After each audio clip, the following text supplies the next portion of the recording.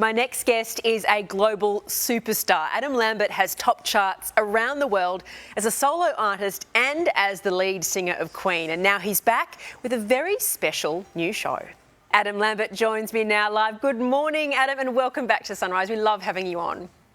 Good morning. Thank you so much for having me. I'm not sure if you got the memo, but you're meant to receive gifts on your birthday. Instead, you're actually giving one to the world with your new show. What inspired such generosity? I think for the last handful of years, my fans have been so generous, and they've always put something together for my birthday, whether it be like a donation or some sort of gift. And I just started kind of feeling like the birthday was a nice time to kind of pull everybody together. And we knew we had January as the month to do this.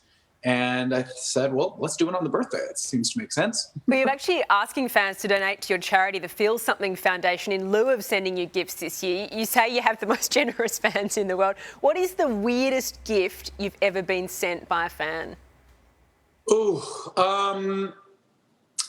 Maybe not weird, but I've gotten lots of cards with metallic confetti in them, like lots of confetti.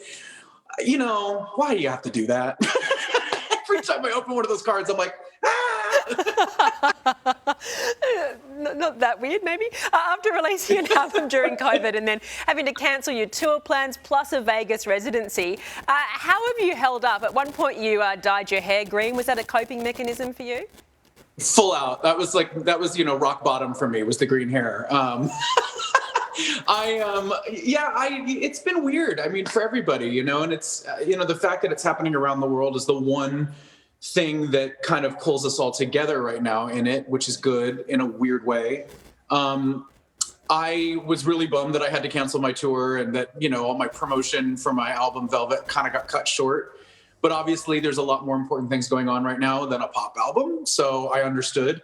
But that's another reason why this concert's going to really be so special, is that this is sort of making up for the fact that I didn't get to go on tour. So I'm going to give the full fantasy.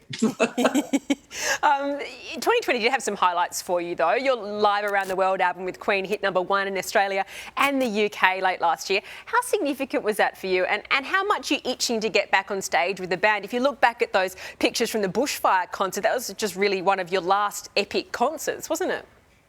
It was, and we had such a fun time that night. It was so special. I'm dying to get back on stage with them. We were supposed to be out on tour in Europe and the UK this last summer.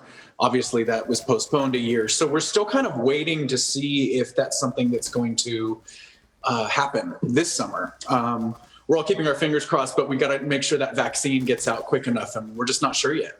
Yeah, hopefully globally for that. You've always been an extraordinary performer, Adam. We've always loved watching you perform. But what have Brian and Roger taught you about the ultimate concert, how to really put on a big show? I think I've learned so much from them, and I think a lot of it was sort of osmosis. It wasn't like they sat me down and gave me a lesson plan, but they're just so professional. Their work ethic is so fantastic. They get on stage and they always deliver.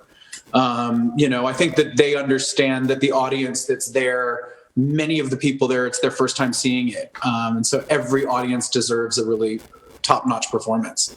And I think given my background in theater, I think that, there's a similar work ethic there. So we just click. I love them very much and I miss them. And I'm glad that they're staying safe at home.